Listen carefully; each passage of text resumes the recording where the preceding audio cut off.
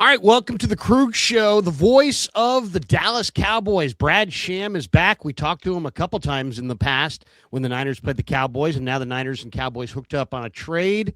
And so Brad is here to help us break it all down. Brad, how are you? I'm well, Larry. Thanks. How you? I'm doing great, thank you. And what did you think of the trade when it came down? There's been a lot of changes with the Cowboys adding Quinnen Williams, Kenny Clark, and some people expected this, and others clearly did not. Were you surprised by the move?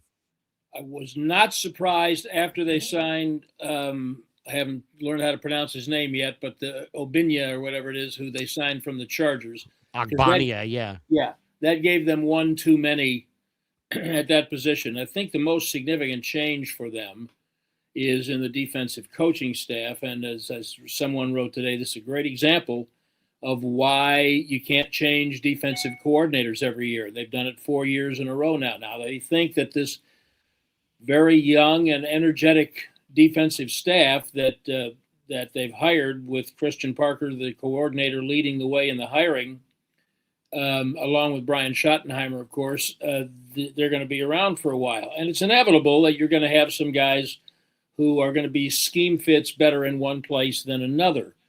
But they not only did they trade Osa out there, but then they traded Solomon Thomas to Tennessee, and that I thought was a little more of a salary dump because it was Solomon and a 7 for a 7. And Solomon was a backup most of the year, but let me just tell you, this is two really outstanding human beings that they have traded away, and that's always a factor for me.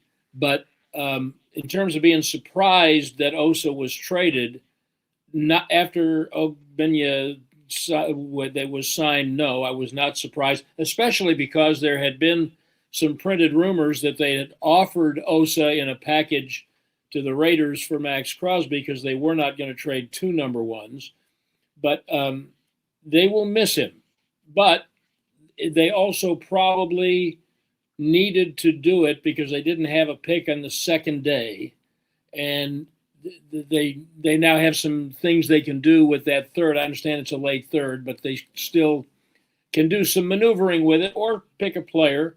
Look, Osa is I can't say enough good things about Osa Odighizuwa. I cannot say enough good things.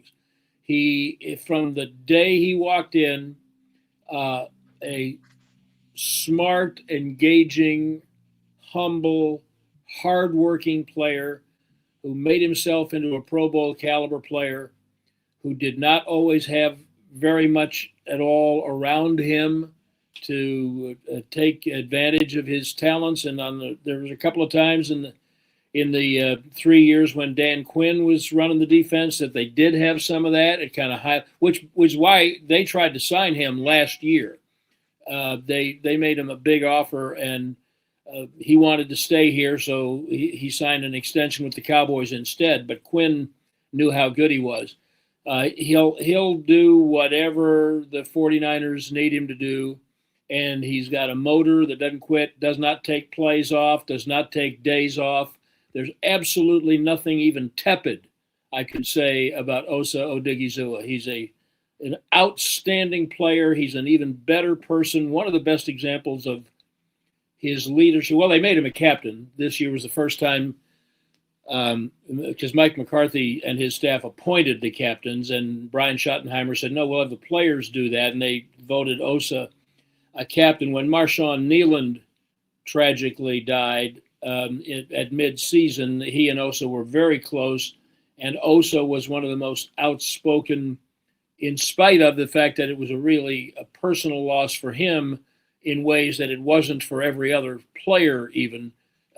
Osa led the group in making sure that Nealand's memory was remembered. He was the one who put Nealand's jersey on the bench and carried it around as a flag after games that they won. There's just absolutely nothing bad about him. He's got a lot left. He's only been 5 years in the league, and he will be a great addition to the 49ers, and I wish him the best. And when you see him, tell him I said so. I will, Brad. I will. You've seen some of the best defensive tackles the league's ever seen. I mean, you saw Harvey Martin and Randy White, the Manster, do their thing. You saw Leon Lett do his thing with the Cowboys in the 90s. And yet this position's kind of evolved. This guy's an incredible movement athlete. The book on him, he was going to struggle defending the run. What do you see, Brad? You've been watching him every week for years now. What do you see as the strengths of his game or potentially the weaknesses of his game?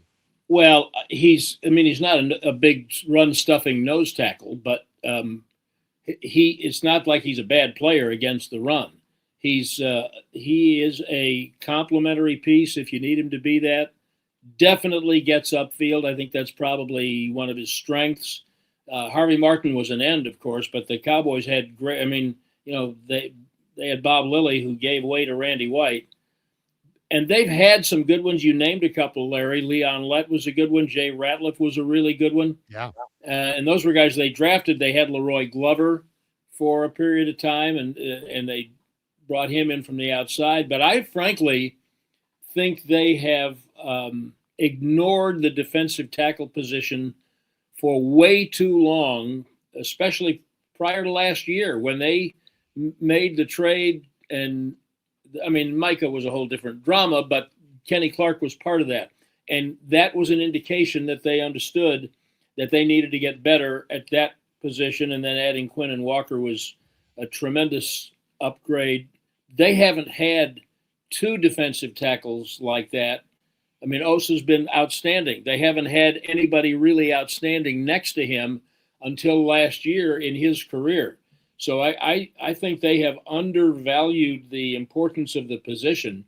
The 49ers won't do that, and Osa will be able to do whatever they want him to do. You can play him in nickel, and he can get upfield. And I remember talking to him as a rookie, and I think one of the things that he said, what do you do best? What should you went to UCLA? These fans don't know anything about you. What do you want them to know?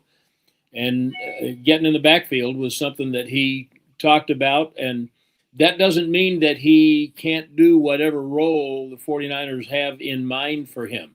I mean, the one thing he's not, like I said, is a big, he's not Vita Vea or somebody Right. like that. But you don't want him to be. He is a very athletic guy, very smart, coachable, and he'll plug into whatever role they want to put him in. Yeah, I love the wrestling background. He was 91-0 as a wrestler, final 2 years in high school up in Oregon, and in their largest classification. I always love that wrestling background. It's a leverage game on the line of scrimmage. And you mentioned what a great guy this guy is. How did the fans react to this? I mean, it's a third-round pick, so I think it's really a fair trade back and forth. But yeah. How did the Dallas fans respond?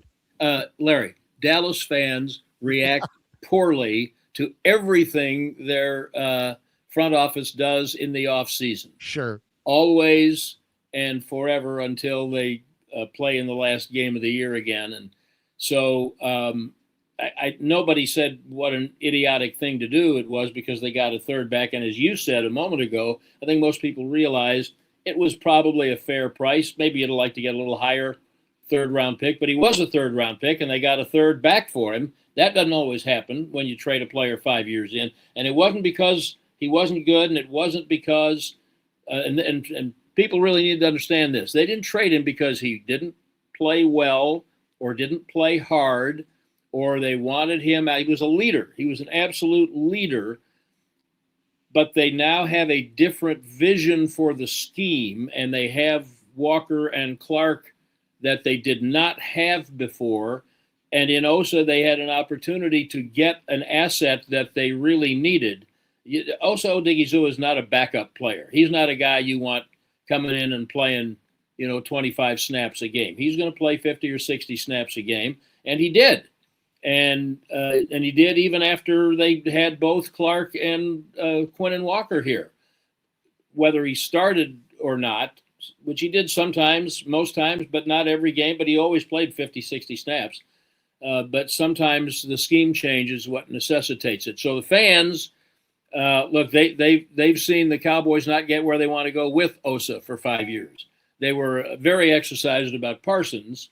And the interesting thing about that is Micah Parsons on his best day is not half the leader and locker room presence that Osa Odighizuwa is. But it's not the fans' job to look between the lines or beneath the surface. It's just their job to be fans. They'll miss Osa. Doesn't mean they can't win without him, but it depends what they do around him. But it's a great deal for the 49ers because they get a really good young player at the peak of his career. Yeah, no, absolutely. It's a win. It's a win for the Niners. And as you said, with Kenny Clark and Quinnen Williams there, it's a win for Dallas too, to some degree, because they had a surplus and they're trading away from their surplus. We also, the Niners also grabbed Eberflus, who was in Dallas last year. What was your thoughts on Eberflus and his impact on Dallas's defense? It didn't seem like it was unpopular for him to move on. Obviously, Dallas statistically, defensively, wasn't what they wanted to be. What did you think of Eberflus and his impact? Well, I have to put a caveat on it. I knew Matt when he was here as the linebackers coach, working under Monty Kiffin and Rod Marinelli, and then he was so good that Rod kept the title for a while of defensive coordinator, but he let Matt do a lot of the putting in of the game plan, and Rod really worked more with the defensive line. Interestingly enough, before Matt went to Indianapolis, and you can research this, but before he went to Indianapolis as the defensive coordinator, there was a rumor, and it might have been the same year, that he had, or maybe the year before, he had the opportunity to interview with the 49ers and maybe for the coordinator's job. And whatever the rules were, the Cowboys did not give him permission to do that, and he was not happy. And because of that, I was a little surprised that they hired him after the Bears fired him. But Matt's marriage to the Cowboys last year was not good. And from the outside, I would say, now look, they didn't give him any players. They had bad talent. They earned every statistical black mark that they had. And from an outsider's perspective, it appeared that he was really reluctant to change what he believed was the way to play, whether he had the players to play that way or not. Mm-hmm. We're going to play this system. You guys fit into it. The guys he had couldn't fit into it. And what they needed was somebody who could be adaptable and let the players decide what scheme to play just by their talent, not by a vote. But and that was a surprise. And I think they were surprised. And the front office has a great deal of respect and affection for him. But it clearly didn't work. And he was coming off a bad experience in Chicago. And then I'm glad he landed there, because obviously the 49ers is a very solid organization. And Matt is a stand-up guy, a man of great faith. But this stint with the Cowboys did not work out, and he played a role in that. So it was just time for a change of scenery for both of them, I think. Brad, we'll let you go, but I'd be remiss if I didn't mention that the Niners and the Cowboys. There's a lot of talk about the intersection of these two franchises and how they were really the only thing that mattered in the NFL in the '90s for a number of years there.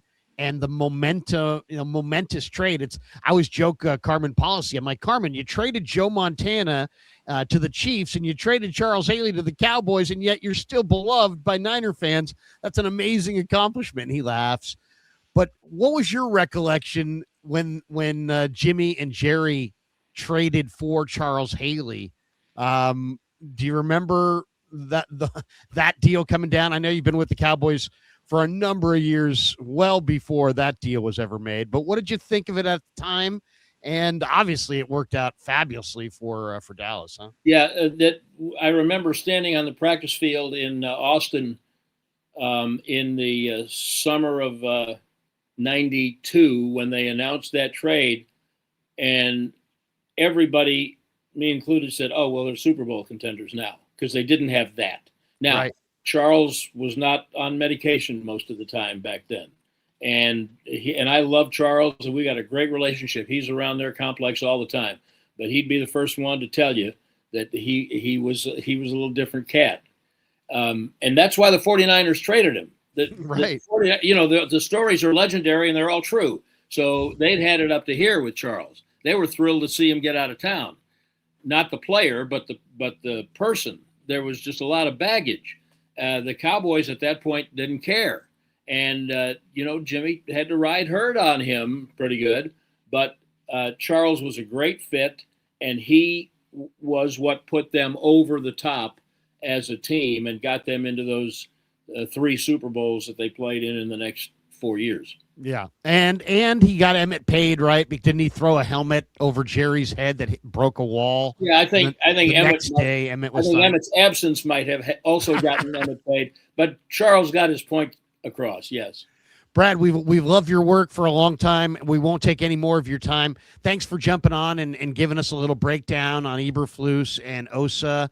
Did you have any trepidation as your first time pronouncing it on a broadcast at full speed? No, not on a broadcast. When they drafted him, I looked at it and I said, okay, well, that'll be interesting. I really love the Polynesian names, which are big challenges. Of course, Osa's is not Polynesian, but and now we're getting a lot more players with Nigerian descent and that kind of thing. And but I like the challenge. And when I started to pronounce it, I looked at it when they drafted him, and I said, okay, that looks like Odighizuwa, and that's exactly what it was. Right. So people look at it. That one was not hard. They've had a lot of other ones who were harder, and they've had some whose names were easy to pronounce. I just didn't want to say them. But Osa was never that guy. Brad, thanks again for the time. Have a great rest of your day. Thanks, Larry. When you talk to Greg Papa, give him my best. I absolutely will. It means a lot coming from you. Have a great rest of your day, Brad. Appreciate Thanks, Larry. you. Brad Sham, the voice of the Cowboys. More straight ahead.